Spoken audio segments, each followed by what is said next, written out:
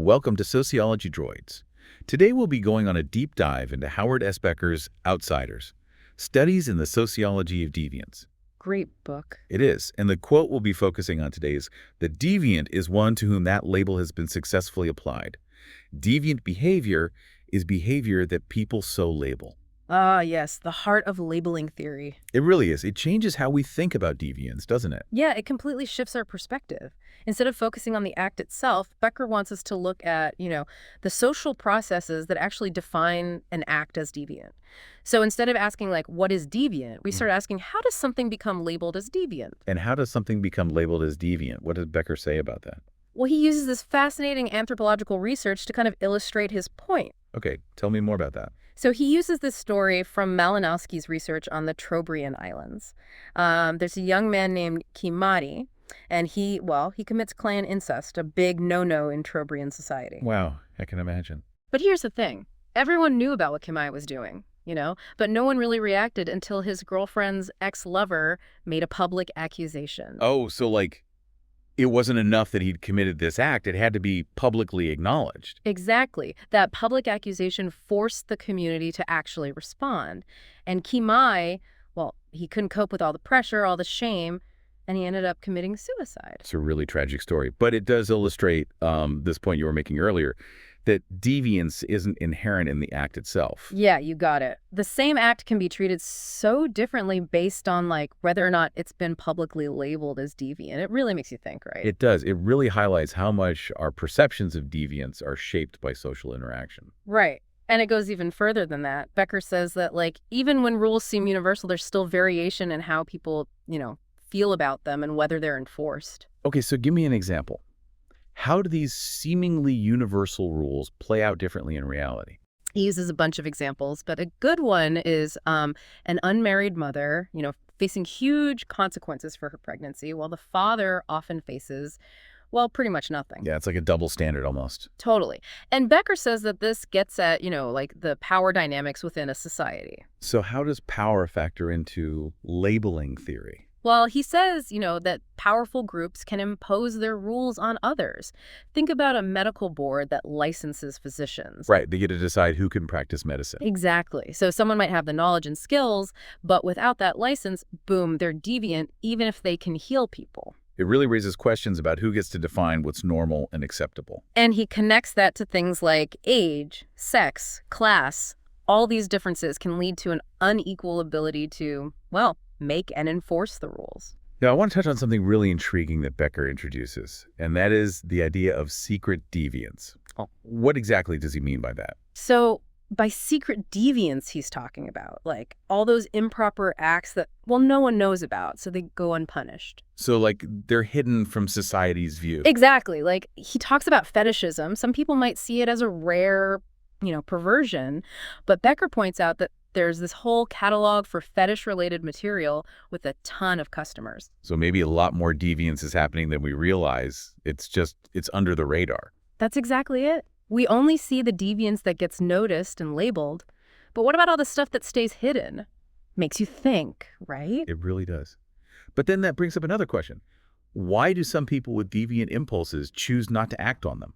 That's a good question, and Becker suggests that most people have probably had deviant impulses at some point, But what stops them is their commitment to conventional society, or the fear of getting caught, facing those consequences. So it's like they weigh the risks and rewards. Yeah, kind of. He calls it a process of commitment, where as people get older, they become more tied to traditional institutions and ways of behaving. Think about someone who might want to, drop out of school, but they know it could mess up their career. Or someone who avoids trying drugs, not because it's illegal, but because they could lose their job, their family. It's a lot to risk. So those commitments act as a sort of deterrent. You got it. It's like a safety net, keeping people from straying too far from what's considered, normal. But what about people who don't conform? who don't seem to be bound by those conventional commitments. Right. Well, Becker says they might just avoid those entanglements altogether. They don't necessarily need to maintain a reputation or a conventional job, so they're freer to just follow their impulses. He gives an example of a young Italian-American doctor in the book, and, well, this doctor performs an illegal abortion. Oh, wow, that's a big one. Yeah, and Becker says he doesn't do it out of some moral obligation. He does it because he sees it as a way to, get ahead in his career. So ambition overrides any concerns about breaking the rules. Pretty much. But there's another interesting point here. If deviance is something you learn, then how do people actually learn to be deviant? Well, I imagine it's through interacting with other deviants, right? Dingo! It's in these deviant subcultures where people learn how to do these deviant activities and adopt the thinking that goes along with them. So it's like a socialization process. Exactly. Becker uses a great example of this. He talks about the special language used in pornography. He says that this language actually helps people understand and enjoy the content. Interesting. I guess that makes sense if you think about it. So even private acts are still shaped by social interaction. Now, what about the consequences of actually being labeled as deviant? What happens when someone gets caught? Well, Becker says that the biggest consequence is this huge change in a person's public identity. He uses this idea from Hughes, who talks about master and auxiliary status traits. So, for example, being a doctor is a master trait, right? But then there are these auxiliary traits we associate with being a doctor. Upper middle class, white, male, Protestant. I see. So if a doctor doesn't fit those auxiliary traits, they might face some negative consequences. Yeah, they'd be seen as, not meeting expectations. And Becker connects that back to deviance by saying that being labeled as deviant can prevent people from participating in everyday life. They might face discrimination when it comes to jobs, housing, even relationships. And that exclusion can just reinforce their deviant identity, right? Mm-hmm. Like a vicious cycle. Right. He talks about Ray's research on drug addicts. It's hard for them to escape that label even after they've overcome their addiction. It's like society keeps pushing them back into that box, making it even harder to return to a more conventional life. Exactly. It's really about understanding the complexities of how deviance is defined, labeled, and experienced. Now let's move on to Becker's analysis of deviant groups. He talks about how these groups develop rationalizations for their behavior. Give me an example. Well, he gives the example of the homosexual community. They point to historical accounts of famous homosexuals, they make scientific arguments for the naturalness of homosexuality, and they appeal to legal arguments about civil liberties. So these rationalizations help them cope with the stigma and social disapproval. Yeah, and they also create a sense of community and shared identity. According to Becker, joining a deviant group has two main consequences. First, individuals learn how to continue their deviant activity with, minimal hassle. Like if you're a young thief, you learn from the more experienced thieves how to get rid of stolen goods without getting caught. Exactly. Every deviant group has its own, its own tricks of the trade, so to speak. Okay, and the second consequence? The second consequence is that the rationales offered by the group help individuals silence any doubts they might have and can lead them to a more, consistent and principled form of deviance. Okay, that's interesting. So even deviance can be organized and almost institutionalized. It is, and he points out that these groups often develop a general rejection of conventional moral rules and institutions. Like they see themselves as outsiders. Exactly. And that separation, it's reinforced by their shared experiences and justifications. That sense of otherness becomes really central to their identity. He gives a great example of this with dance musicians. Okay, how so? Well, their activities are legal, obviously, but their lifestyle, their values, they're often seen as unconventional. Becker talks about how they use the term square to refer to people who don't understand their music or way of life. So it's like an us versus them mentality. Exactly. They feel that squares are, ignorant, intolerant, and they pressure the musicians to play commercial music, which, they see as inferior to jazz.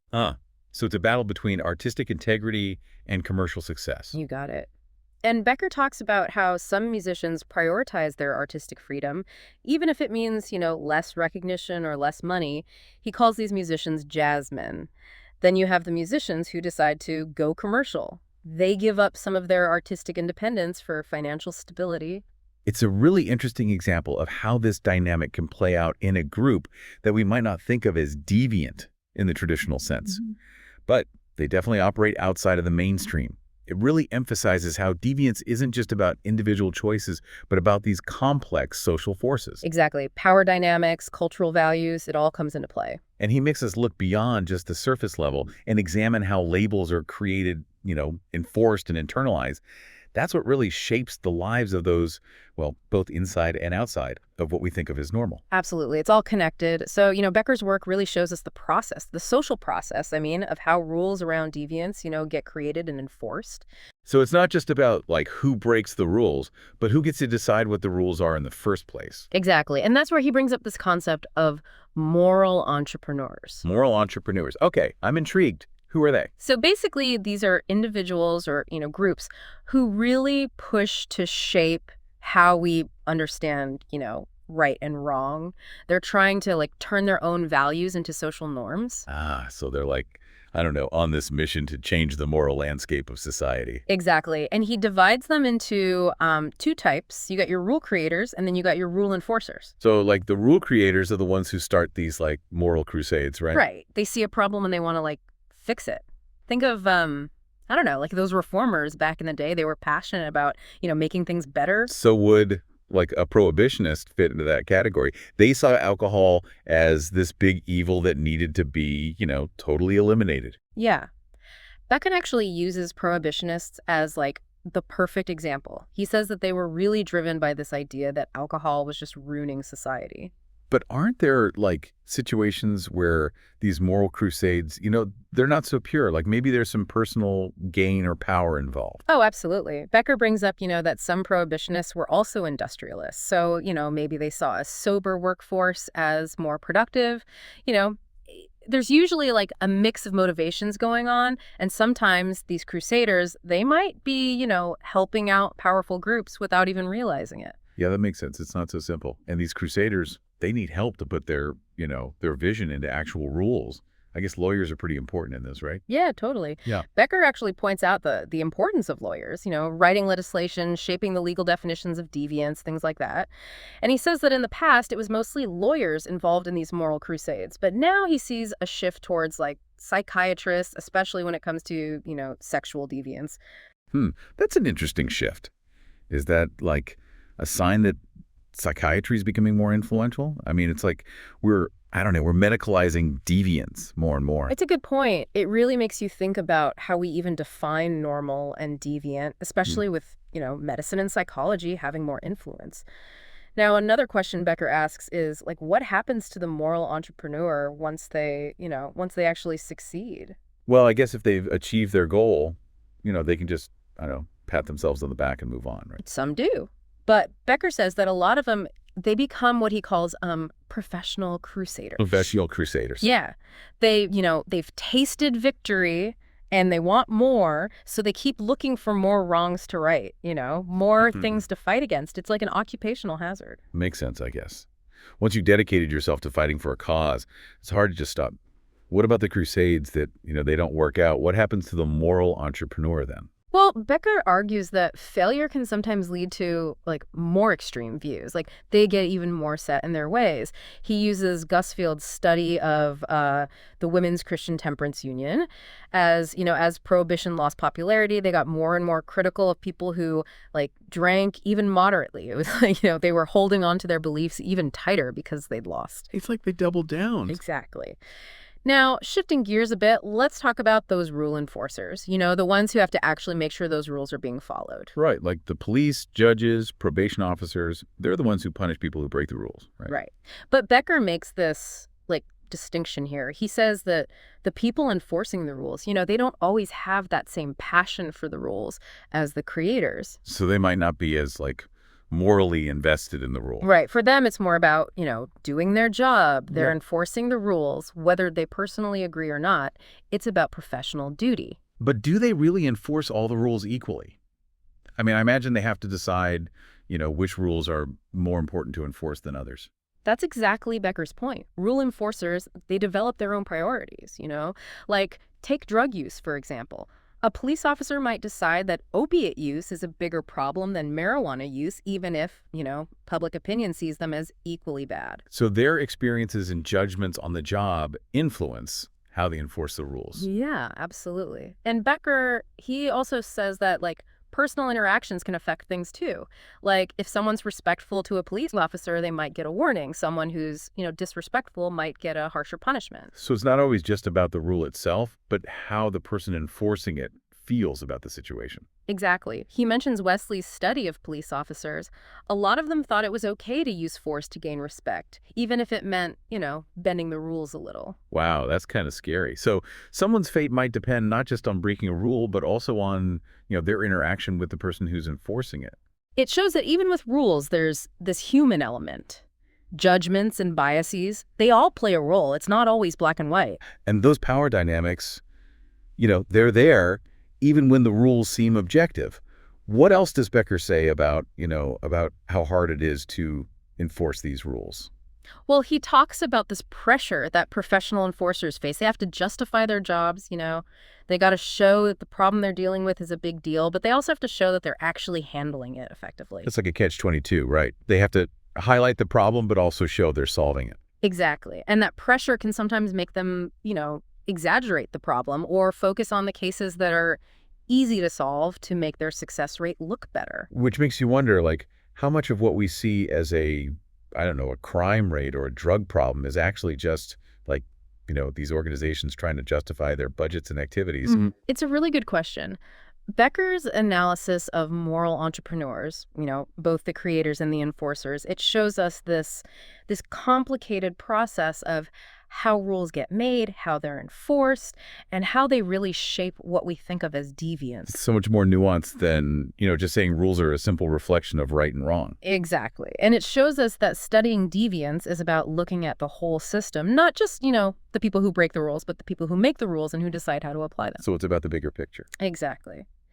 Now, before we wrap up this part of our, our deep dive, I think we got to talk about some of the challenges that Becker himself mentions about studying deviance. He says, researching deviant behavior, it can be really tough. Yeah, I bet. I mean, deviants are often, secretive, especially if they're doing stuff that's illegal. They're not going to be lining up to tell a researcher their life story.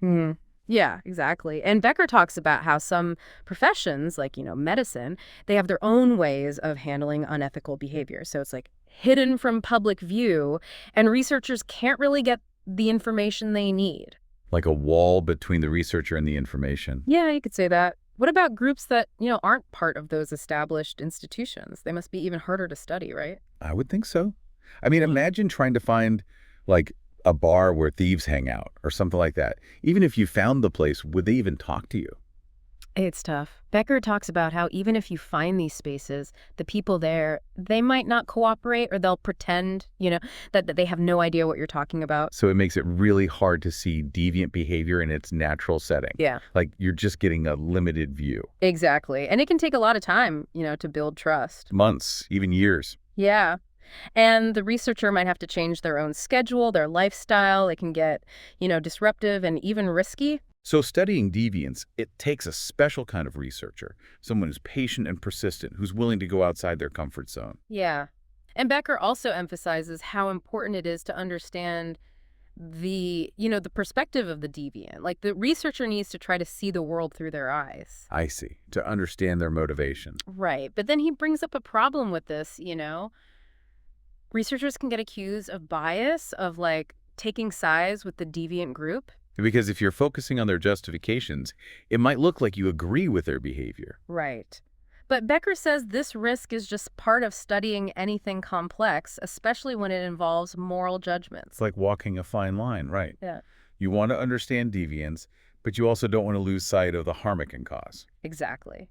And he encourages researchers to, be aware of their own biases, to try to be balanced. He thinks a nuanced approach, one that looks at everyone's motivations, can lead to a better understanding of deviance. So even the study of deviance is affected by those same social forces and power dynamics. Exactly. And Becker points out another kind of tricky situation that researchers run into. What's that? Well, because deviance is such a sensitive topic, researchers often end up studying one side of the equation more than the other.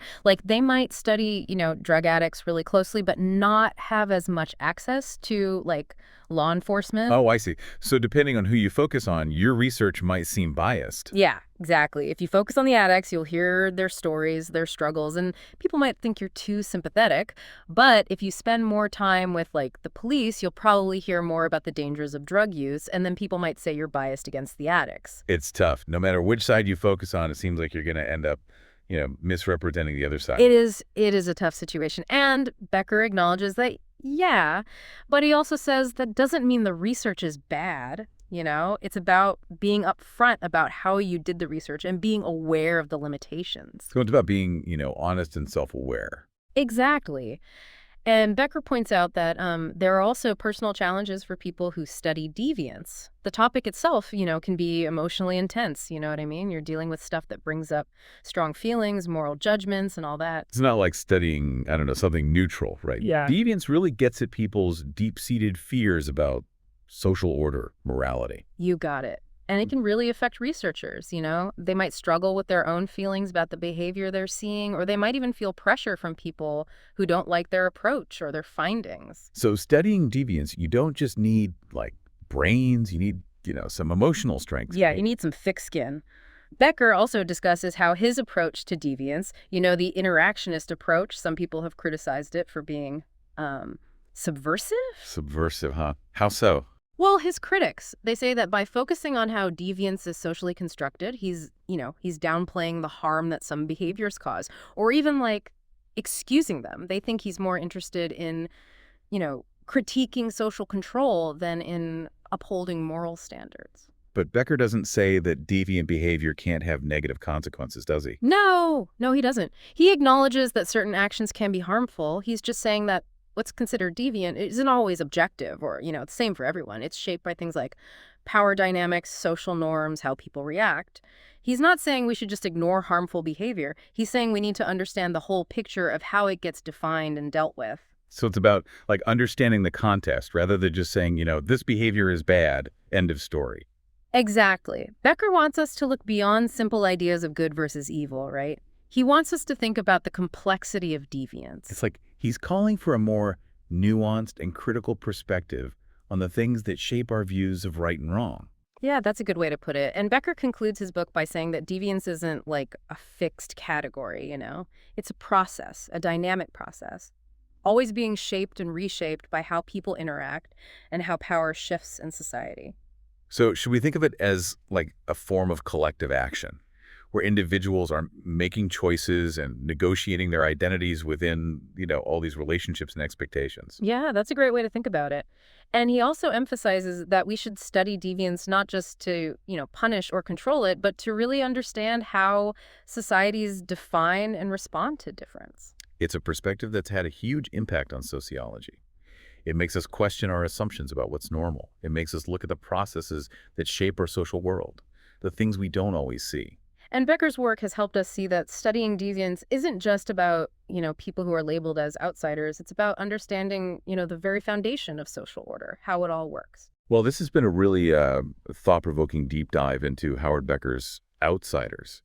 His analysis of labeling theory, moral entrepreneurs, and all the challenges of actually studying deviance has really pushed us to, rethink some of our own assumptions, to look at things from a more critical perspective. His work, it's still relevant today, Yeah. even though it's published a while back. It really is. Until next time, keep those processors humming, and remember to always, question and seek a deeper understanding of the social world around us.